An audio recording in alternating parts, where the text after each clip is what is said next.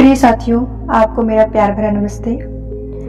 रोज की तरह आज भी एक नए प्रसंग को लेकर मैं आपके सामने प्रस्तुत हूँ। आज की कहानी है एक निम्न वर्ग की बुढ़िया की, जो पूंजीवादी वर्ग द्वारा शोषण का शिकार होती है, किंतु अपनी या कह सकते हैं उसकी पोती की एक जिद के कारण वह पूंजीवादी राजा का हृदय परिवर्तन कर देती है।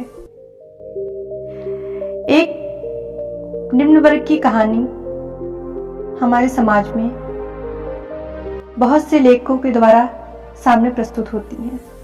तो ये छोटी सी कहानी हमारे हिंदी साहित्य के एक उच्च कहानीकार माधवराव सप्रे जी द्वारा रचित है। इस कहानी के माध्यम से हम जानेंगे कि कैसे पूंजीवादी और पूंजीपति लोग निम्न वर्ग के लोगों के साथ शोषण करते हैं, उनकी जमीन हथियाना, किसानों को समय पर पैसा न देना, उनका शोषण करना आदि कई प्रकार की समस्याएं हमारे सामने प्रस्तुत होती हैं। मुंशी प्रेमचंद का गोदान ही देखा होगा आपने, उसमें भी मजदूर वर्ग, किसान वर्ग आदि का शोषण बहुत गहनतापूर्वक दिखाया गया है। चलिए तो इसी लय में मैं अपनी कहानी को आपके सामने प्रस्तुत करती हूँ। एक गरीब विधवा अपनी पौत्री के साथ एक झोपड़ी में रहती थी। यह झोपड़ी उसकी पुश्तैनी जमीन पर थी। उसका बेटा उसी झोपड़ी में मर गया था। पतोहू भी 5 साल की बेटी को छोड़कर मर गई थी। अब केवल यही पोती उस वृद्धा की एकमात्र सहारा थी। उसी झोपड़ी के बगल में एक जमींदार रहता था, जो पहले अपने महल को अहाते तक बढ़ाना चाह रहा था, जिसके लिए झोपड़ी का हटना जरूरी था, क्योंकि अहाता जहां तक था झोपड़ी उसके बीच में आती थी। वृद्धा की इच्छा थी कि वह मरे तो इसी झोपड़ी की जमीन पर मरे।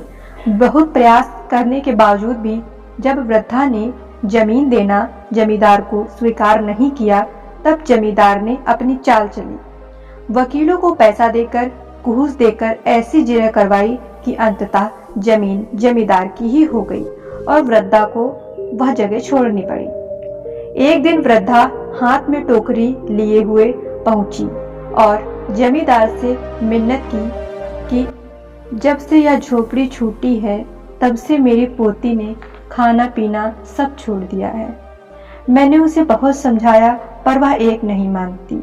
यही कहा करती है कि अपने घर चल, वही रोटी खाऊंगी। अब मैंने यही सोचा कि इस झोपड़ी में से तो मुझे एक मुट्ठी भर मिट्टी मिल ही जाएगी, तो मैं यहाँ से एक टोकरी भर मिट्टी लेने आई हूँ, जिससे चूल्हा बनाकर उसी में रोटी पकाऊंगी।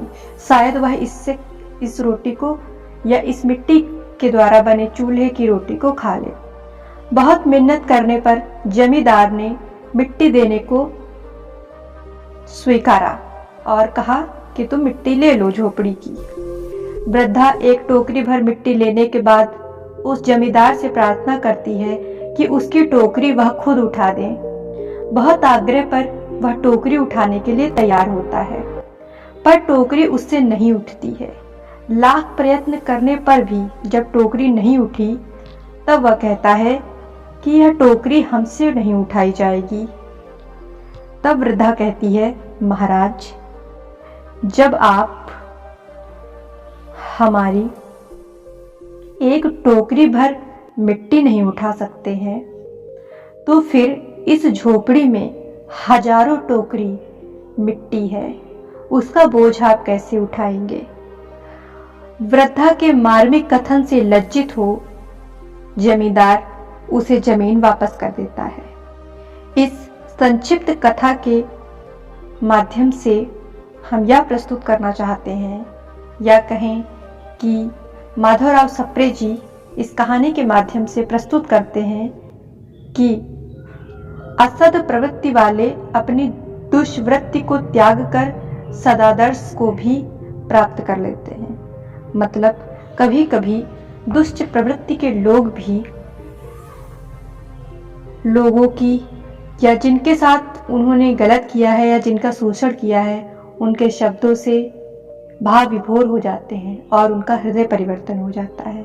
ऐसे ही हृदय परिवर्तन करने वाली इस एक टोकरी भर मिट्टी कहानी के माध्यम से आपने देखा कि कैसे जमींदार का हृदय परिवर्तन हुआ और उसे अपनी गलती का एहसास हुआ और उसने जो जमीन बुढ़िया की चाल के माध्यम से हड़प ली थी वह उसे विनम्रतापूर्वक क्षमा मांगकर वापस कर देता है और वह बुढ़िया फिर से उसी झोपड़ी में रहने लगती है।